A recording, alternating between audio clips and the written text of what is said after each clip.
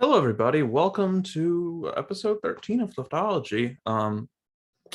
It looks like we confused what a bi-monthly meant. So apparently, if we say we want to do episodes bi-monthly, it means that you should do an episode every other week. I think we've personally confused it with every other month. So we're really sorry about that, and we hope to fix that. Um, but this episode is just going to be a solo Cameron episode. I couldn't really get everyone else to do it. But it's also an episode on God's Not Dead, which was only in theaters for 3 days. So it's really hard to find people that have seen this movie in particular, because this isn't the first God's Not Dead, which I expect everybody to have seen by now. This is about the fourth God's Not Dead, God's Not Dead, We the People, which is about homeschooling. And I went to go see it in theaters. And I wanted to see how well I could do a podcast on my own.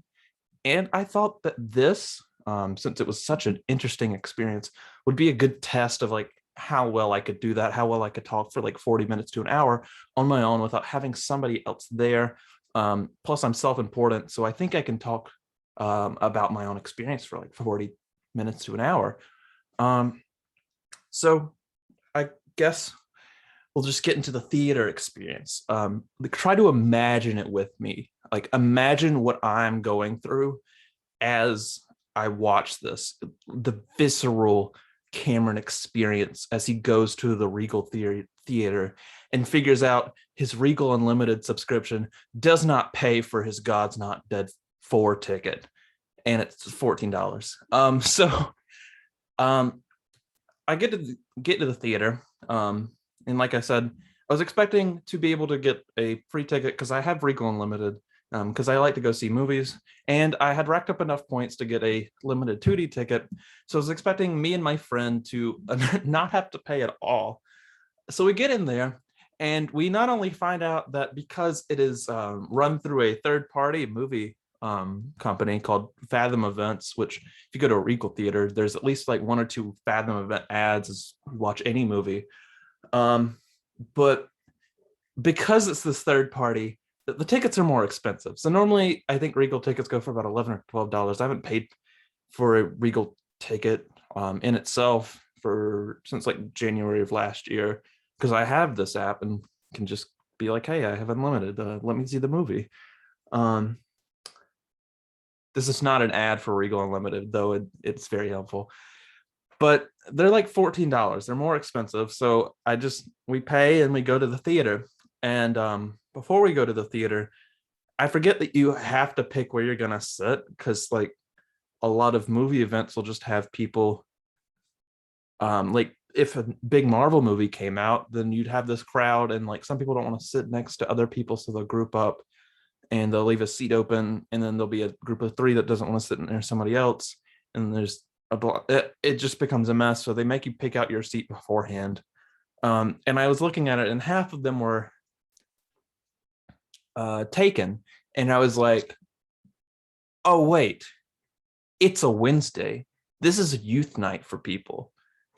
I forgot that youth has things on Wednesday, because I haven't like done anything like Christian related in like 2 or 3 years, or at least like go to a youth group meeting in like 2 or 3 years. So I was like, oh my god, there's just going to be a bunch of like 7th to like 10th graders in here that are like really conservative and will actually identify in this.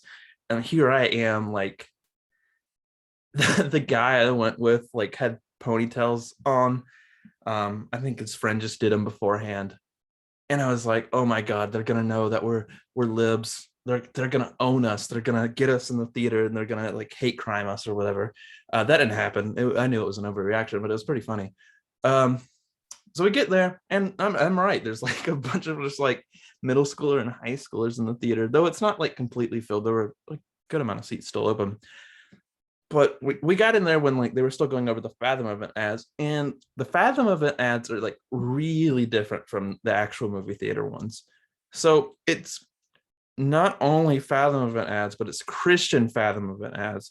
So we walk in, and they're like promoting a Christian band, I want to say. I don't remember the exact name of it.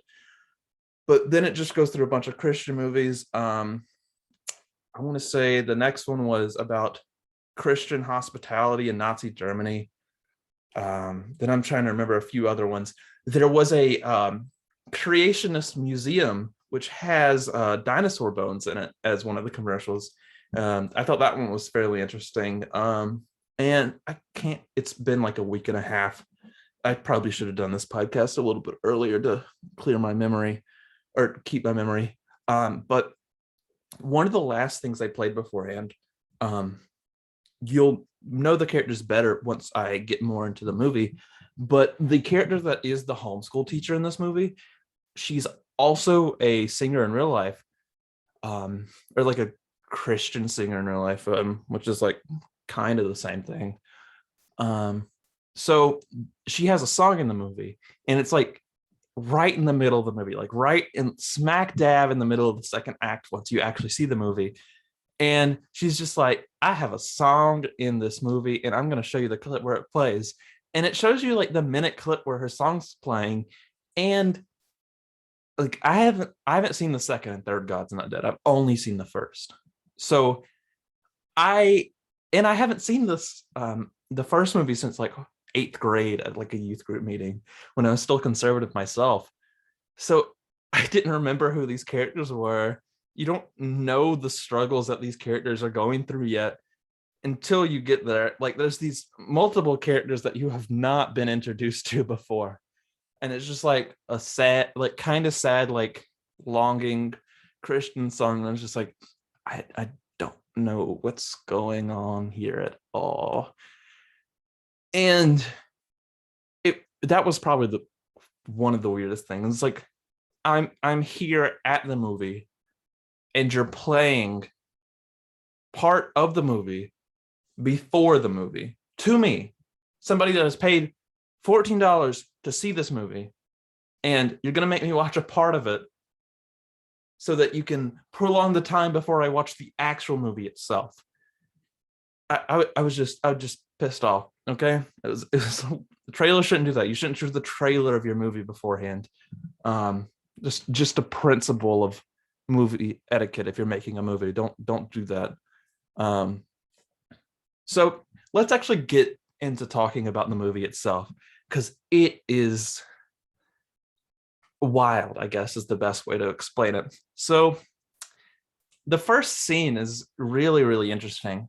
So it opens at this homeschool, which is taught in this person's home. One of the main characters, or at least at the first half of the movie, a main character, but she's teaching homeschool. She has all these children from the church. This, I want to say St. Jude's Church is co-opting this homeschool. And so she's not only teaching her children, but she's teaching multiple children from the church itself. And so most of the children are like, I'd probably say about like 5 to 10. And they have this section of the home that is like the school itself. And that's where they are. But they have this 17-year-old son that is learning calculus. If you watch the YouTube version of this, I don't think you can see you can't see this in the Spotify version, but I did the finger quotes thing of learning calculus because I paid very good attention to what's going on here. As the mother says, go get back to your calculus homework. He's holding this calculator, and I can visibly see it's the kind of calculator that just has like the one line. Like it's not a calculus calculator. Like this is the kind of calculator I haven't used since like maybe like geometry or algebra 2. Like it's the ones that can just do the basic functions. That is not a calculus calculator. I know what one looks like. I took a year's worth of calculus, and their screens are like they're like a square. I can't really show it in the Spotify version. I'm putting my hands up for those that are watching on YouTube. Like yeah, the screens are about that big. It can do like very complex functions, but they had the calculator that are about that big for people on the YouTube version. And it just the one line, I'm just like, this is not a calculus calculator. They didn't do their research. Like that's not a lot of research to do, and they still didn't do it. But that's not the wildest part of the scene, because it is a very small, nitpicky part of the scene, and like I'll let them get away with that one. Okay. But so while they're teaching, they go from like, I'm not sure, maybe math or something like that, into like religious studies, where they take up the Bible and they justify it as saying it's both learning about religion itself and learning about how to read, I guess, because they're so small. And a social worker walks in to judge their homeschool. You know, like if you're doing education in a state, a social worker will do that. So the social worker comes in, she sits down and notices they're reading the Bible and asks why. And like I said beforehand, they justify it by saying, sure, they're learning about religion because this is a religious homeschool, but they're also learning how to read. And then they go over, I want to say Noah's Ark is what they were on. And there's this really weird moment where I want to say it's the daughter of the homeschool teacher herself ask if the social worker is a miss or a missus. And the homeschool teacher asks or expands by saying she's not trying to be disrespectful. She just wants to know if you're married or not, which is a really weird question to ask. Honestly, like from an outside perspective, it's just like, what like 7-year-old child is asking if people are married or not? That's a weird question. Like if a 7-year-old walked up to me and asked if I'm married, I would say, why are you asking me this? Go back to playing, go back to like Lego Star Wars like 15 or whatever you do now.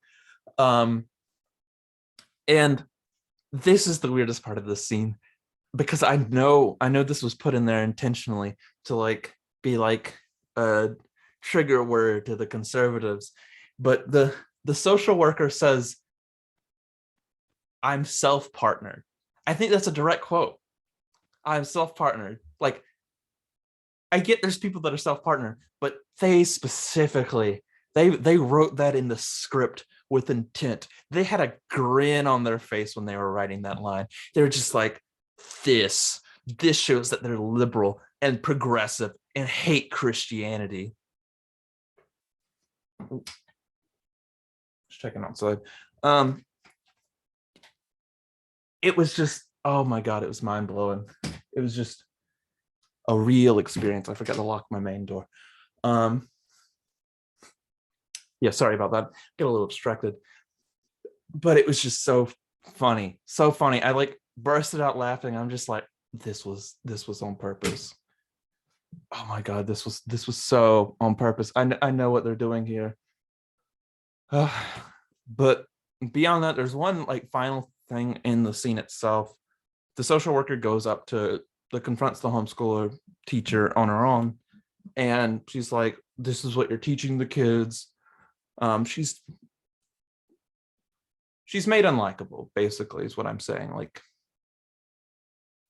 that's the whole point. Like, the liberals are supposed to be unlikable, so she creates this, I guess, report that the children aren't learning what they're supposed to by state standards, which is a good claim. And I want to say the next scene is in court itself, where the homeschool teacher and her husband, oh, it's going a little fuzzy. Sorry about that.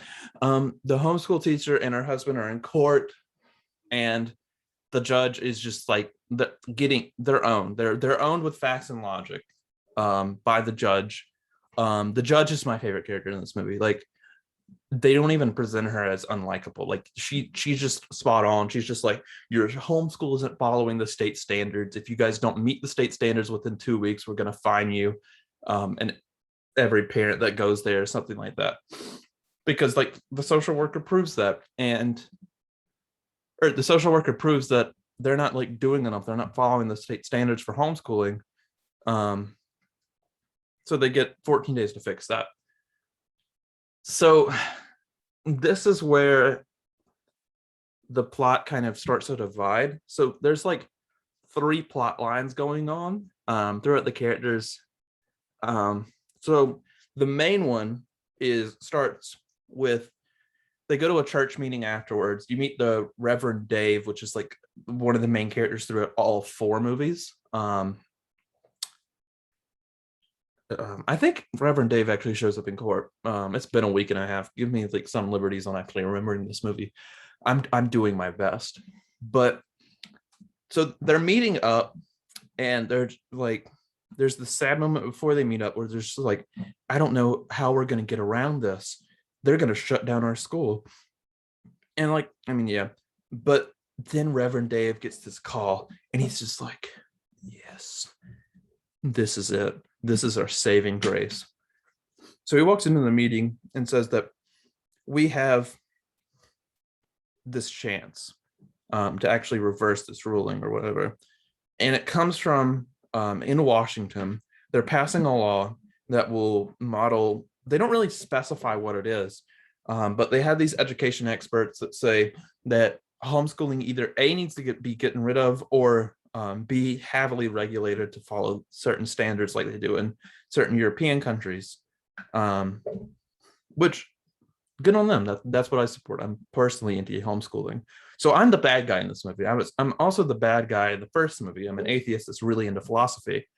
Um, so I mean, I could be the bad guy in the second and third movie. I just haven't seen them.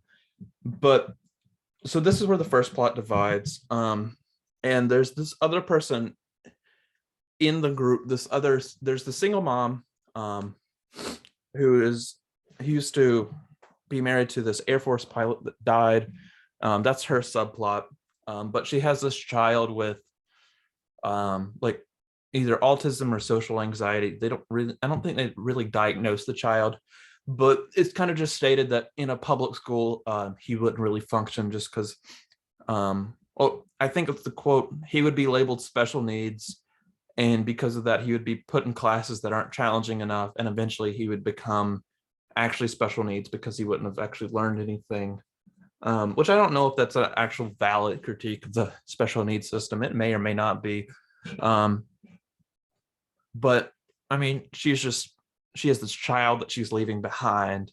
Then the mom and the dad that run the homeschool have the 17-year-old that stays behind, and he has his own plot. And then there's the main plot of Reverend Dave, the couple that homeschools, and the single mother, along with the Chinese immigrant from the first movie, that had converted to Christianity, or fled China because he converted to Christianity, becoming a pastor. So those five go to Washington, D.C. because this Texas lawmaker is trying to use them and their homeschooling and their homeschool as an example against this law, against the regulation towards homeschools. So that's the main plot. So let's hold off on that for a little bit. I'm putting it over to the side, and I'll explain the other two plots. So the second plot is the 17-year-old son of the homeschooling couple is trying to get a car. He's saved up, and he meets this girl selling the car, and they, I guess, kind of like fall in love.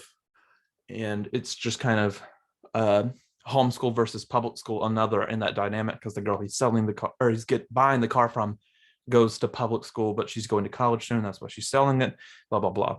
And then the third one is the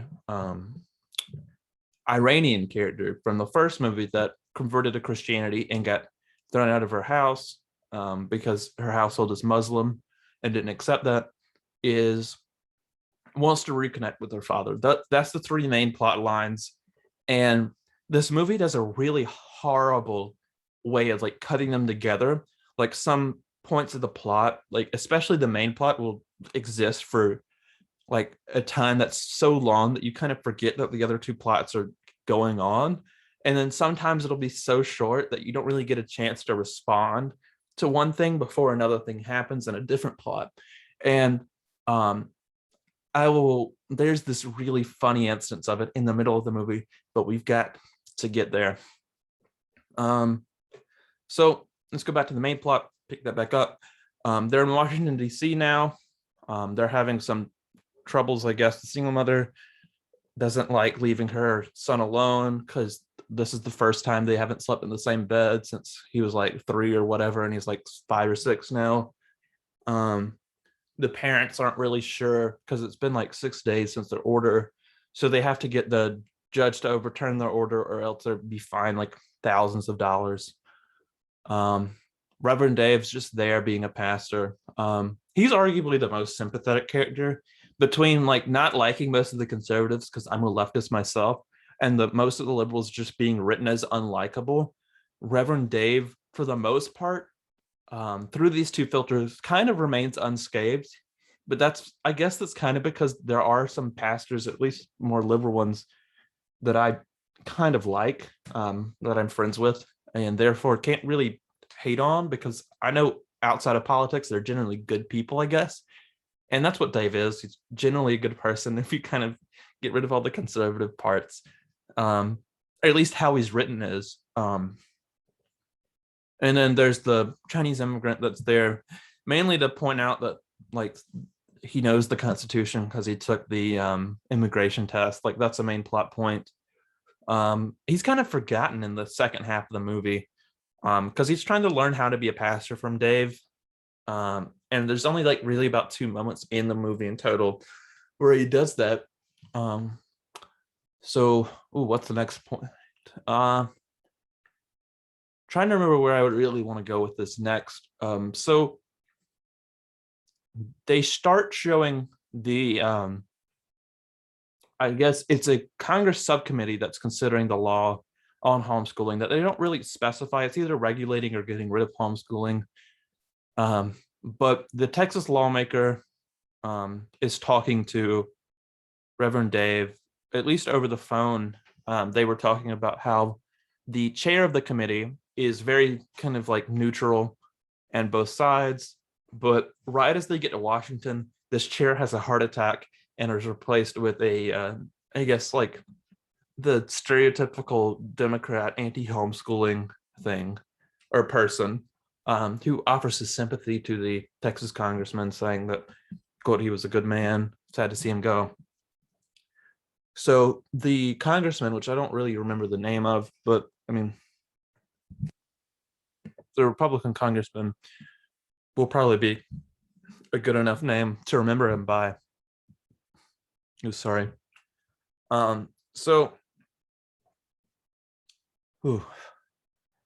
they get into the first proceedings, and the first few people that come through are experts that talk about how homeschooling is done in other parts of the world, especially Europe.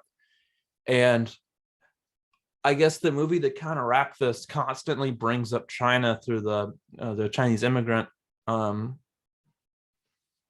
and talking about how they banned homeschooling in order to enforce like state propaganda or whatever.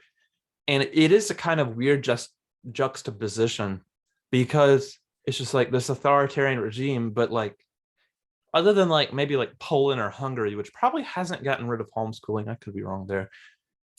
I can't really think of an authoritarian regime in Europe, or at least specifically Europe. I'd probably put Russia in there as well.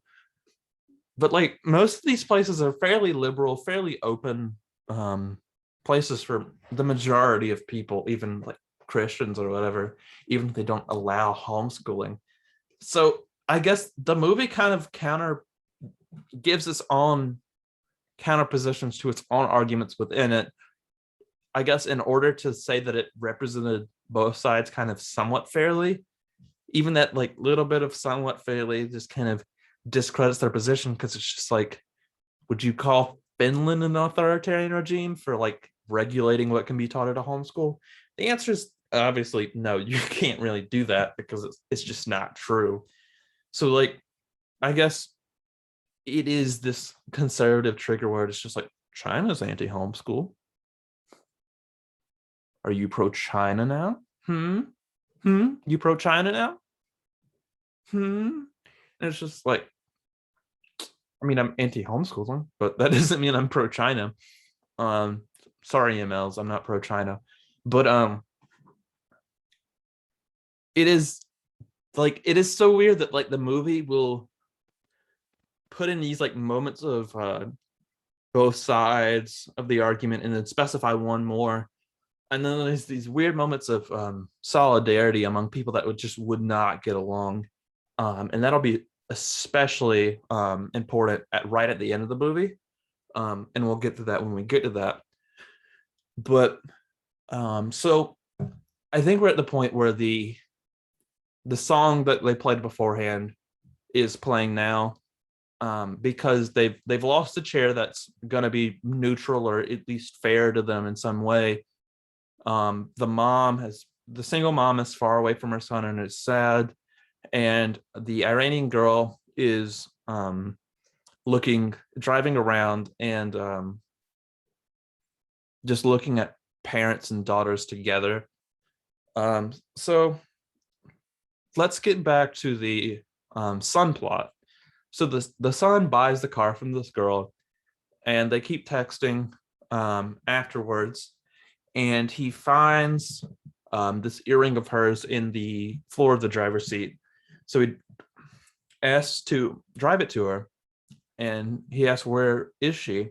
And she's like, "I'm at school. Where are you?" And he's like, "Oh, I'm homeschooled." And she's like, "Something, something, something. Meet me here." And they meet, and then they discuss the difference between public schooling and homeschooling. It's just like, "Oh, you're lucky you get a prom. Um, oh, you're lucky you're top of your class because you're the only one in your class," and so on and so on. And this is right before the I guess song plays, where it's just going in between the plots and people looking sad. And after the song, so the boy drops off the daughter, and or this is right before the song maybe. And the daughter walks in, and I'm just looking at her with my friend next to me from college, and I'm just like, wouldn't it be hilarious if her mom was the judge? I was just like, no, it's not only hilarious, I want that to happen. That is something I'm wishing for. My free project should be that if this judge is not currently her mom, I will go back and edit God's Not Dead 4 to make it her mom. Um, so after the song, the compilation of people being sad continues, and the girl walks. She's like, no, that's not the scene yet. So she walks into a house, and the judge is her mom. And this is during a compilation. So every one of these scenes are like 30 seconds or less. And I'm just like, yes, this is what I wanted. God may be real, and God fucking loves me. And it's such a weird reaction because I was just like, yes, in the theater. And then exactly next thing is, while the Iranian girl was looking over to the father and daughter on her side, she keeps going through an intersection, and a truck just rams straight into her car, and it flips over like 3 times. And like that's happening right as I'm like, yeah, like it's such a weird juxtaposition, because like I'm going like, yes, this is what I wanted. And then I look up and just like, oh, what's going on here? Somebody just got into a near fatal car crash. And it like just like bursts out laughing at just like how funny it is that those two scenes are like right next to each other. It's just like, oh my god, this is gonna make me look like terrible. It makes me almost look like I wanted this to happen. I did not want the girl to get in a car crash. Oh my god, oh my god. So the girl, she survives, and like she has a few wounds. Like it's not enough to believe that the level of car crash she was in, because her car flipped like multiple times on road. Like it didn't even go into grass. Like it was like she's going straight across the intersection, someone else is like going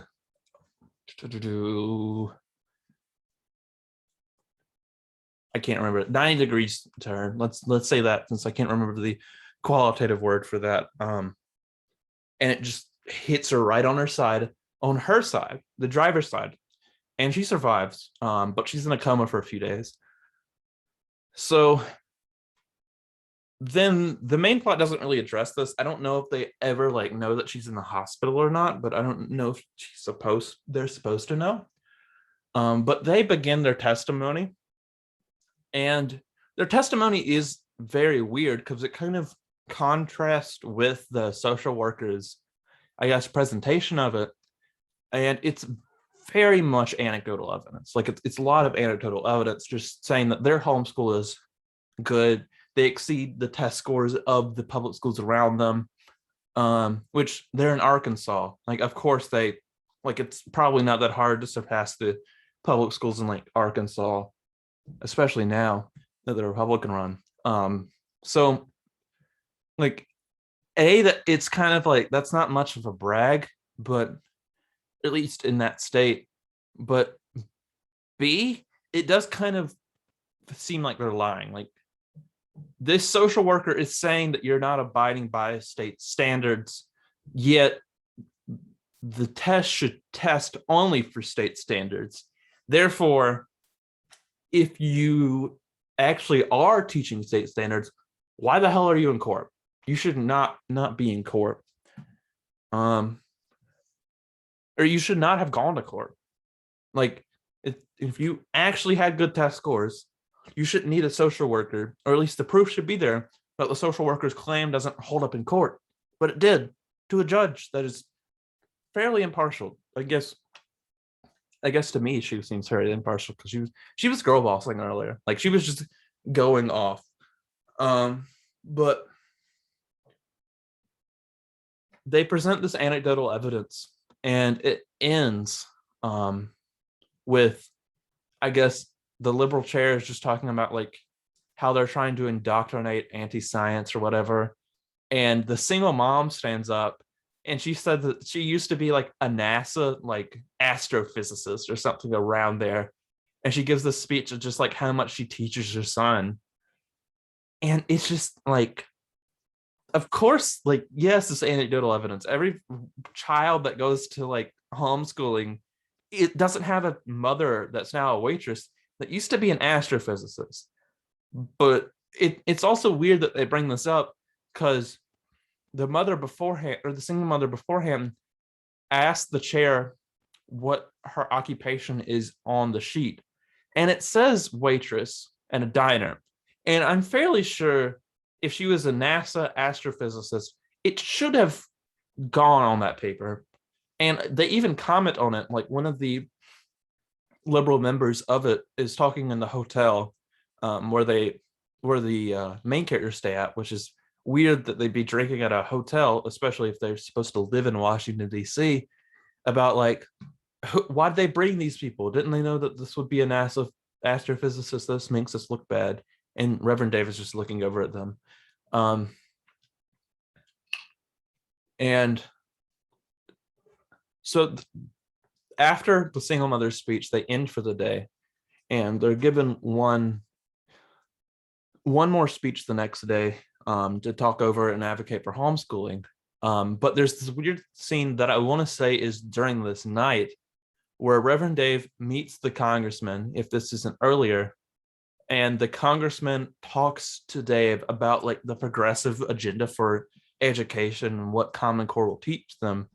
I'm gonna need to look this up. So, or at least like one of his claims. So he talks about like what like they're trying to do with education. They're trying to revise education and teach like a new history. And they're one of his main points, at least one of the main points I remember, is that the congressman brings up how it's trying to show, or it's liberals and progressives are trying to show that the Constitution and the other founding documents are biased because they're made by a bunch of old white men, which he responds by saying, like he brings up like 3 examples of the founding fathers, which was like 40 like 50 people are like actually our founding fathers if you really think about it, other than just the main few. And of the main 5, he only brings up Thomas Jefferson, which was like 33 when he drafted the Declaration of Independence in like 1776. But another claim he brings up is that they were slave owners and bias, and the Constitution reinforces slavery. And he brings up like a few examples. He only says a few of the founding fathers were actually slave owners, which is not true. I have the there's that picture, if you've seen it on Twitter or on a news site, of the painting of the founding fathers signing like the Declaration of Independence or the Constitution itself, and every red dot represents somebody who is a slave owner. So the Republican congressman's claim is that only a few of the founding fathers owned slaves, but let's count how many people are in this picture that are slave owners. So first off, there are 1, 2, 3, 4, 5, 6, 7, 8, 9, 10, 11, 12 people in this picture that did not own slaves. On the other hand, there are 1, 2, 3, 4, 5, 6, 7, 8, 9, 10, 11, 12, 13, 14, 15, 16, 17, 18, 19, 20, 21, 22, 23, 24, 25, 26, 27, 28 people in this picture of the 40 that own slaves. So it's not really a good claim to say that the majority of these people didn't own slaves, and so on. I mean, like, I guess this is responding to somebody that's like a conservative actor in a movie that I'll never interact with. But his claim is just kind of unsubstantiated, I guess. That may or may not be the correct word.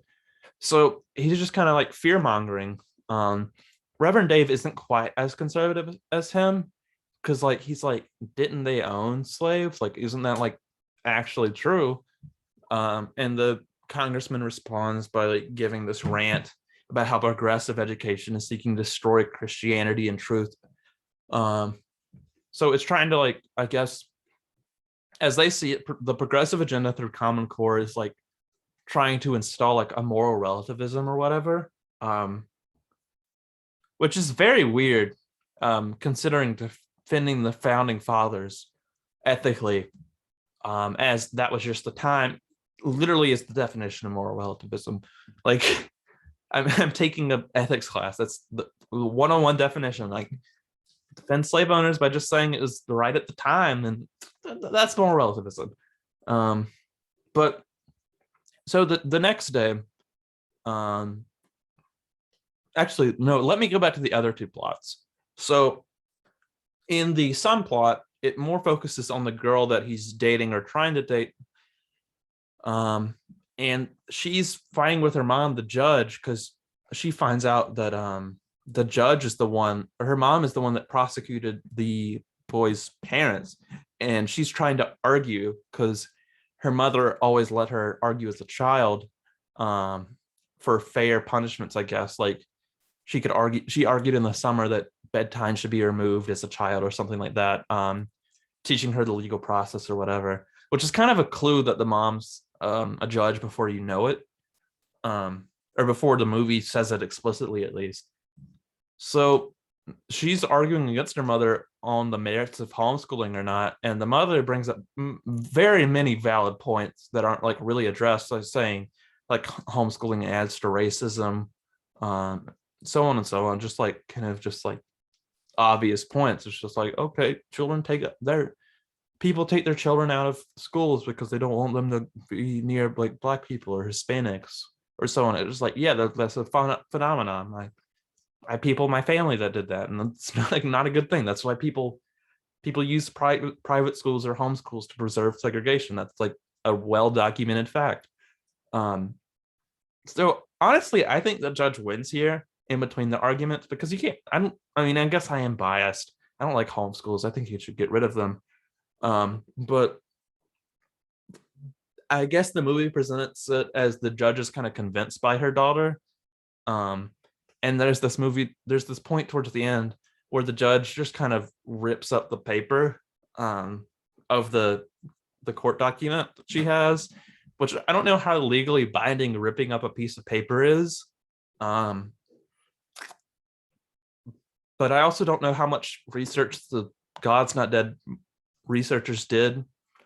So I'm gonna say that actually probably wouldn't hold up, but I could be wrong. I'm not a lawyer.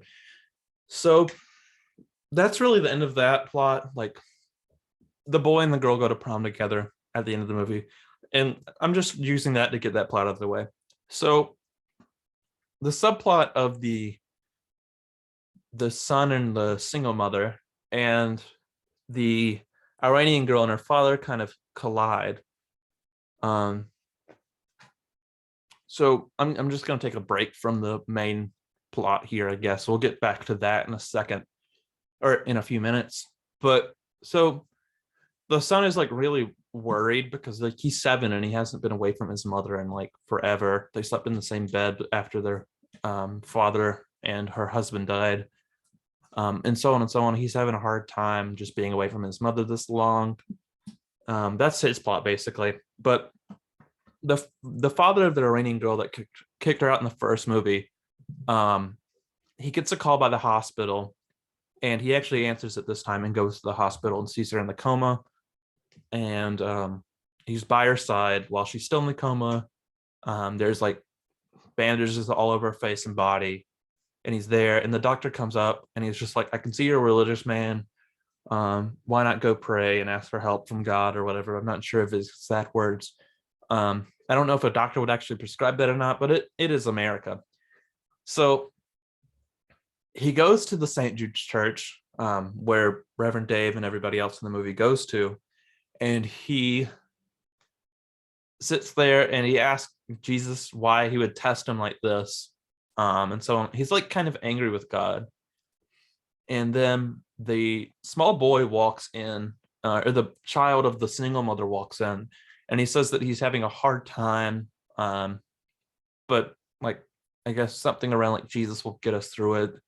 And there's this moment where the little boy says, "I wish I could go to heaven so that mommy could have daddy again in her replacement."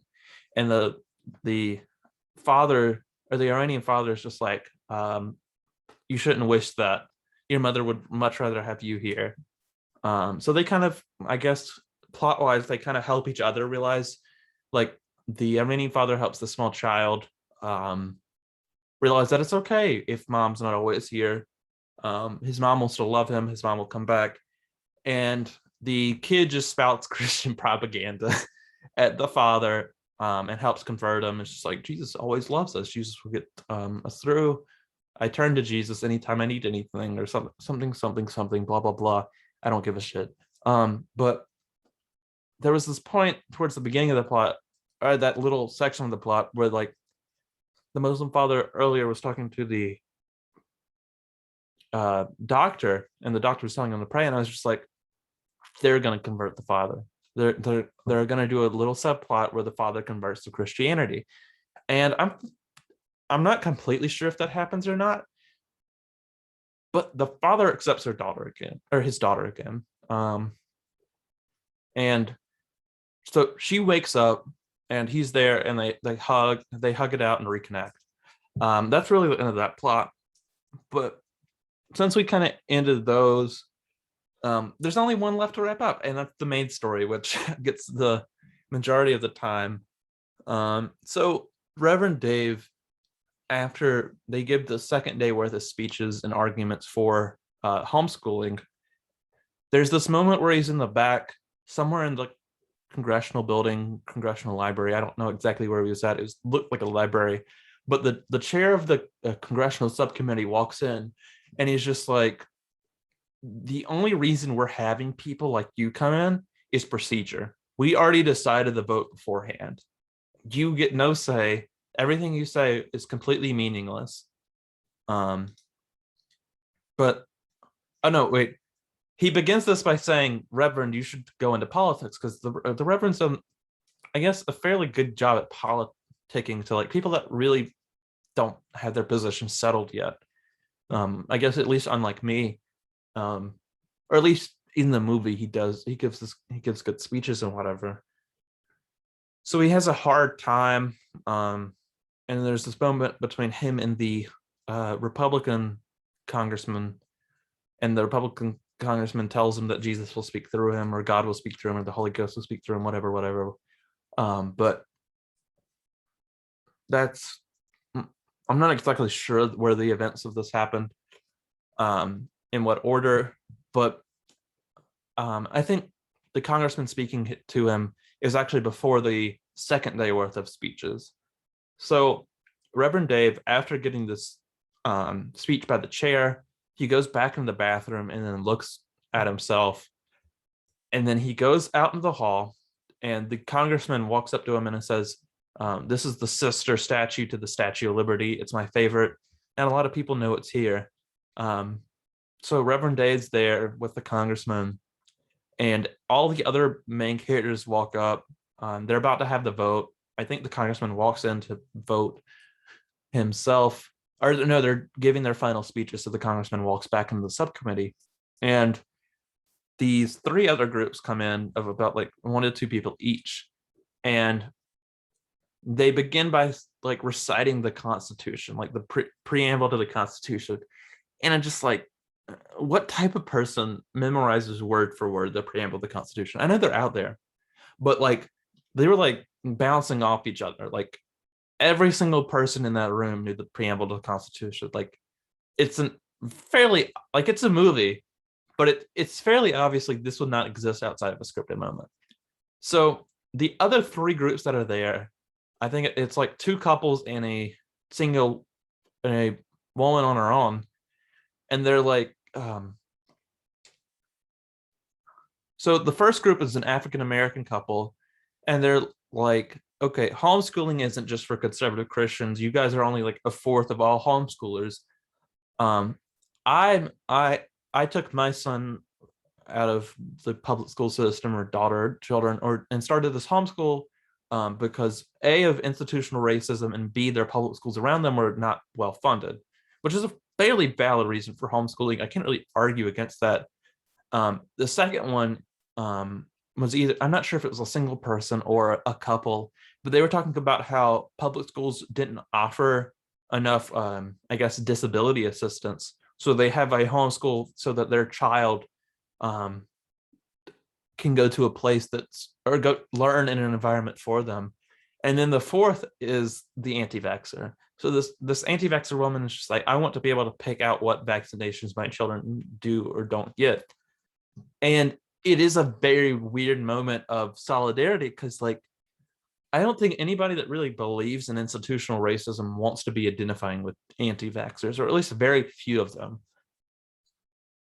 especially people that care enough about education to start their own homeschool for it. But Dave, I guess, is moved by them, and he walks back in right as the Republican congressman is about to give a speech. So the Republican congressman gives up his 5 minutes, and Reverend Dave gives this like speech about being against moral relativism, how the progressive Common Core agenda is trying to destroy truth and American values. And then everybody in the room behind him starts clapping, and then like the people on the stand or in the subcommittee are just kind of a little bit angry. They're just like, oh my gosh, we've been defeated by democracy. America stands up against us, or something like that. And it's just like, it's the people in the room. And I think there's a moment like this in every single God's Not Dead. I'm not exactly sure, but I would not be surprised if there's not this just moment of solidarity. It's like conservative Christian values actually win this time again. But and then there's the final compilation happens after the God's Not Dead song starts playing. And I may actually put that as the outro if I don't get copyright struck. So I'm gonna wait for that, see if that happens when I upload this on like Monday or Tuesday. But like the judge this is the moment where the judge tears out the piece of paper. The couple realizes they're not going to be fined. The moment where the Iranian girl wakes up next to her father again. The son is reconnected with the mother, and so on and so on. Everybody's just happy. The 17-year-old son goes to prom with the girl he likes, and then everybody gets the happy ending. And so my first thought after this is, it's blatant propaganda. But I was talking on the way home with my friend from college. Wouldn't it be better propaganda for them to lose? And my answer to that would probably be yes, because they keep saying they're under attack. There's this, just the system is against them, and yet they still somehow win in the end. I guess it's this the continuation of the silent majority myth among conservatives. It's just like our views are actually held by the most people, but most people just don't say it because of the system or the liberals or cancel culture or something like that, which isn't true. Conservatism is kind of dying off slowly, at least if you look at Pew Research now. But why do I say would it be better propaganda if they lost? Is that it kind of represents the silent majority myth, I guess. Here, it does kind of represent a weird thing. It doesn't really rile up an audience. It's just like, okay, we can win if we just do democracy or republicanism or whatever. And if they lost or if the system was against them, wouldn't that get them madder? Wouldn't that make them? I don't know. That's just more effective propaganda to me. I don't really want to give them suggestions though. So like, ooh, why am I saying this if I don't want to give them suggestions? Like, I guess it's just me as a critiquer, a philosophy person, a possible political theorist. It's just like, isn't propaganda supposed to make you mad? I mean, I guess that's the point.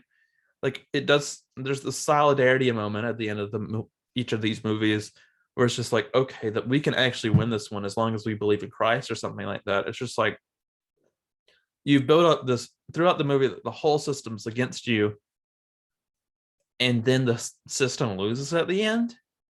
Like, what's going on here? I don't think this correlates very well. Um, but I mean, that's just my thoughts on this movie. Personally, would I tell you to go see this movie? Kind of. If me explaining it for like however long this podcast is doesn't really do it for you, you can go watch it. Try and pirate it. I guess I don't know if I can legally tell you to pirate it on a podcast or not. But if you can find a way not to pay for it and find a way not to support conservative Christianity, please do. Um, Honestly, it is a little better made than I thought it would be, at least script wise. Like these kind of they talk like real people, at least they interact as real people. There's some like really good movies that don't do this. Personally, I don't think the Sam Raimi trilogy of Spider-Man has like a really good script. Like the plot, the lessons there are really nice, but kind of there's too much awkwardness in how they interact. At least for me personally, it kind of like using this as an example to contrast with it. There are definitely better movies that do it. God's Not Done, like there is this like suspension of belief that goes on there, and just like liberals don't actually act like this. The chance of you finding a like self-partnered social worker is like extremely low. So I mean, yes, it's propaganda. It's supposed to like make the other side look bad, but honestly, not that bad of a movie. A little bit better than I was expecting. If you had me on Letterboxd, I gave it 1 out of 5 stars, which is technically my lowest rating, right below The Wall, because I don't think Pink Floyd's Wall has a plot, and I don't like that. I should not have to be high to enjoy a movie, because I mean I don't smoke, so. Um, but beyond that, just my review was God Hasn't Died Yet, 1 star. Maybe in God's Not Dead 5, they'll finally kill him off. I don't know. They haven't really done much with the God character yet. But that's all I can really talk about.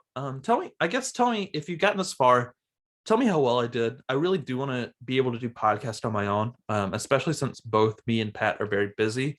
And it has been a few months since me and Pat have done a podcast together, but I promise that we're still both co-hosts. It's just we're doing a lot right now. I've been reading a lot. I might do a more philosophical podcast soon. But tell me how I did on my own. Hopefully I can get a few more episodes out like this, just in order to like keep up supply, in order to like gain followers or whatever. But comment, subscribe, like the video if you will. Dislike it as well. Either of them I think probably gets us promoted on people's recommended page. But hey, I guess this is the end of the episode. There's gonna be an outro. that I edited with God's Not Dead in it. If that doesn't appear, then I have been DMCA striked. Um, but you guys have an amazing 2 months until our next episode comes out. And thank you so much for listening. I love and enjoy every single person that watches this podcast. Even though it's not that much, it makes me happy every time I see a new subscriber or a new like on my video. See y'all later.